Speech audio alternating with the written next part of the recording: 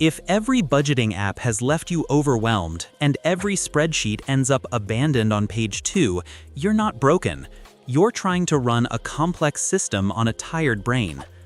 The extreme minimalist budgeting hack you're about to learn is not a challenge to live smaller. It's a method to make your week cheaper to run with almost no settings, no category micromanagement, and no willpower theater. It uses one number, 3 bank accounts, and 4 automatic dates. When money moves on the calendar instead of in your head, you stop negotiating with every purchase and start coasting on rails you laid once. That's the point here. Fewer moving parts, more repeatable wins. Minimalist budgeting begins with a shift in definition. A budget isn't a spreadsheet of wishes, it's choreography you can keep when you're tired. The minimalist hack collapses decisions into a single weekly number and pushes everything else onto autopilot. Think of it as the rule of one. One staging account for incoming money, one bills account that drafts the non-negotiables, one weekly card that carries groceries and ordinary life, and one number that refills that card on the same morning every week. That number becomes your speed limit. When it's gone, the week is over. When there's money left, you roll it forward or sweep it to savings. The magic is not in cleverness, it's in the rhythm that rescues you after messy days.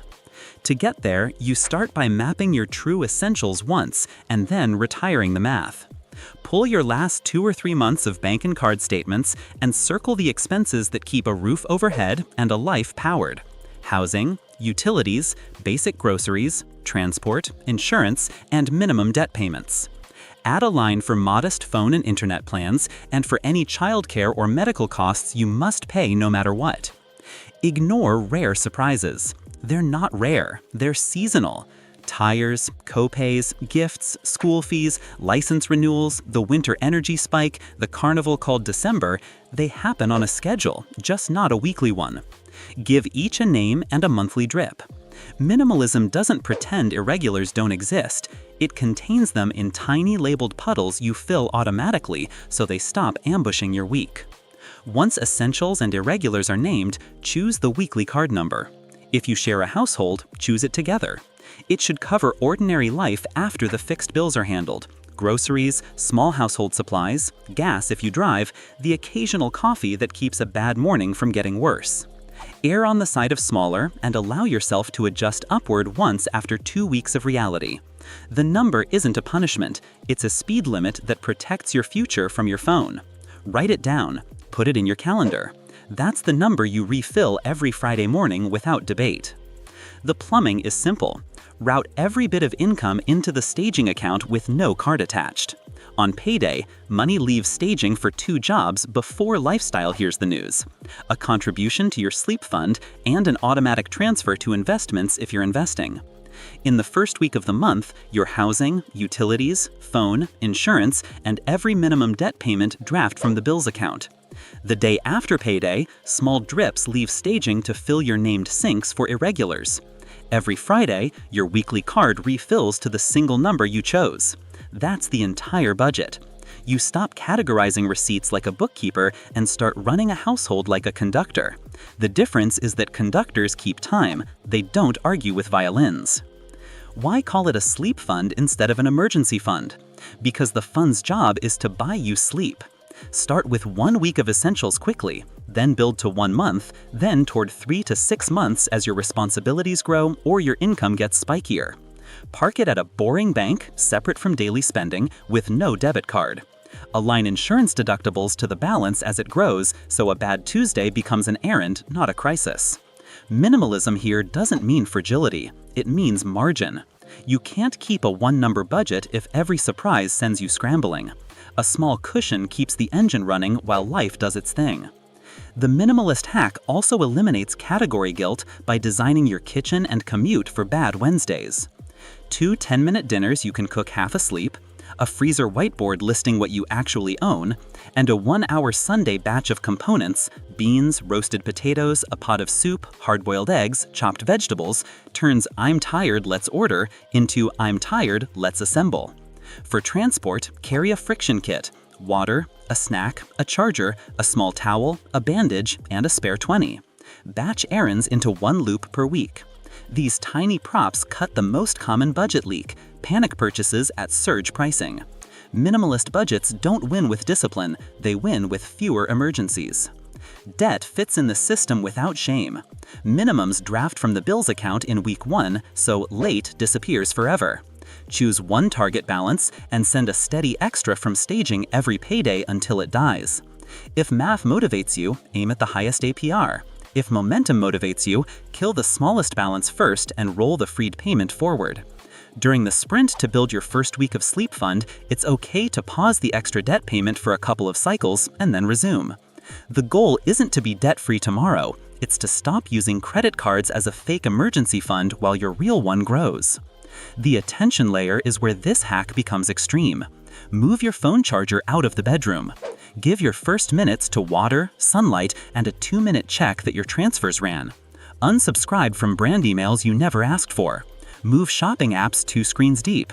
Create a cooling off queue for wants, 24 hours for small items, 30 days for toys, and write each desire with today's date. Half will evaporate. The rest will improve. A used version, a better tool, or the realization that you were buying a feeling. Attention is a budget. Minimalist systems protect attention because tired brains buy relief and sell plans. You don't need to become stoic, you need to become scheduled. What about shared finances and the chaos of real weeks? Replace telepathy with a 10-minute logistics check-in. Same time every week, whoever shares bills reviews 4 things. Did the transfers run? Is the bills account funded? Is the weekly card on track? And are there any irregulars arriving in the next 2 weeks?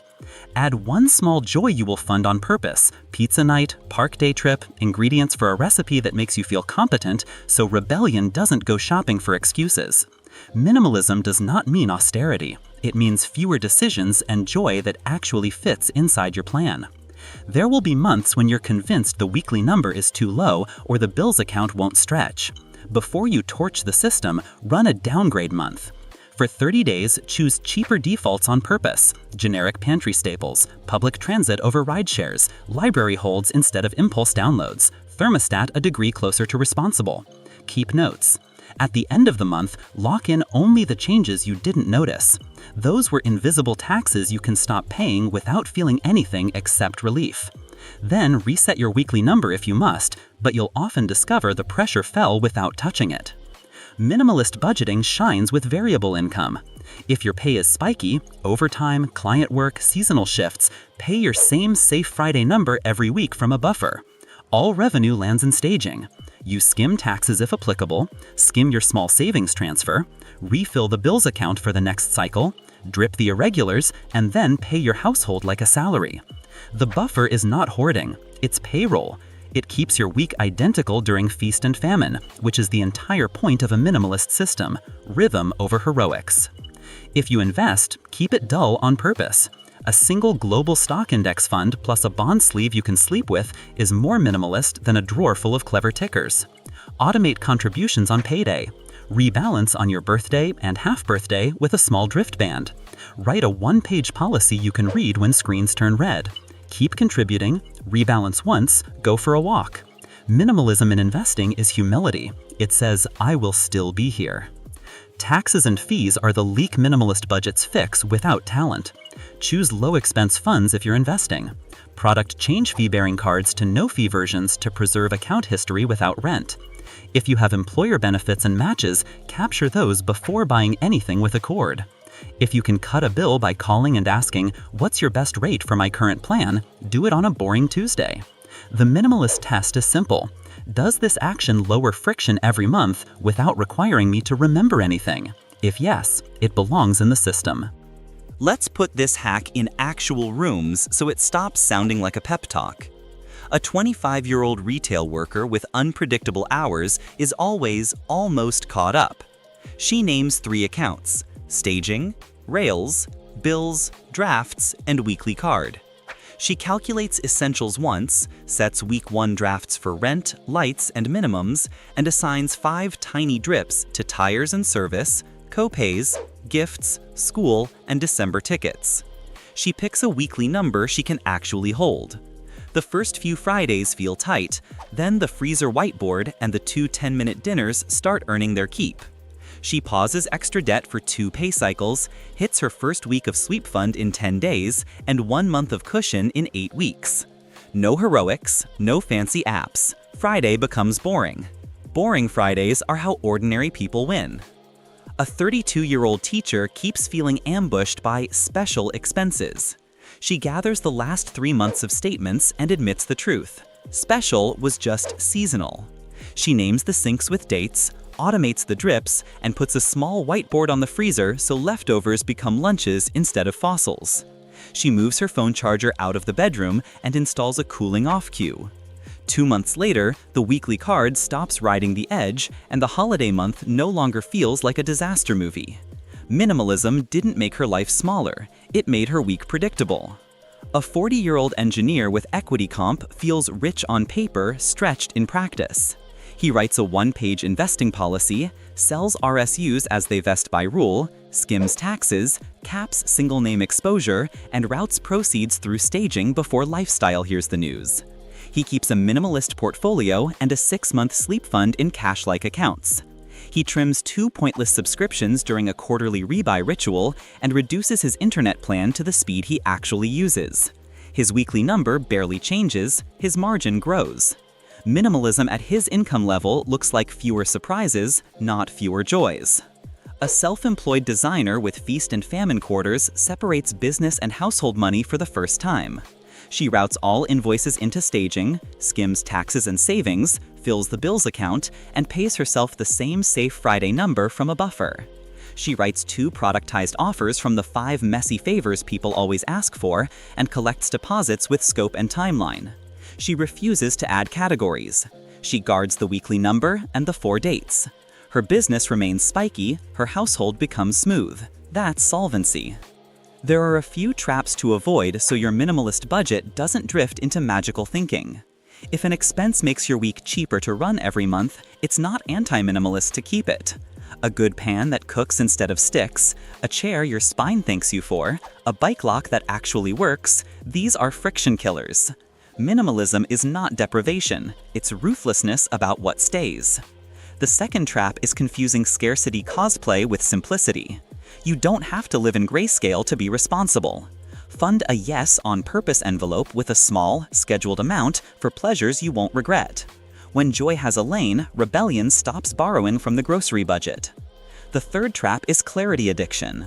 By the time everything feels certain, you've wasted months. Set the number, run the 4 dates, adjust once after 2 weeks, and let evidence accumulate.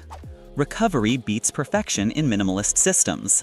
You will overshoot a weekly number. A transfer will fail. A sink will run dry. The rule that rescues everything is never miss twice. If this week overshoots, next week trims.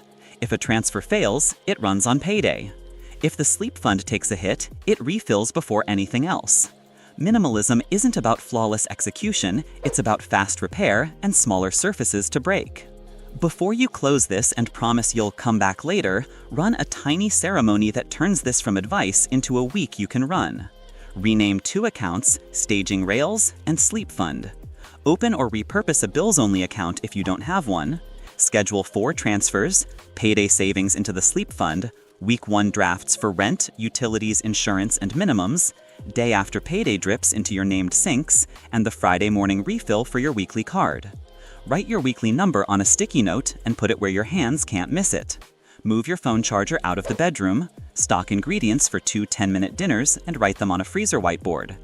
Build a friction kit for your bag or trunk, unsubscribe from 3 marketing emails you never asked for, then let the first Friday arrive and notice the quiet signal that your budget is working. Nothing.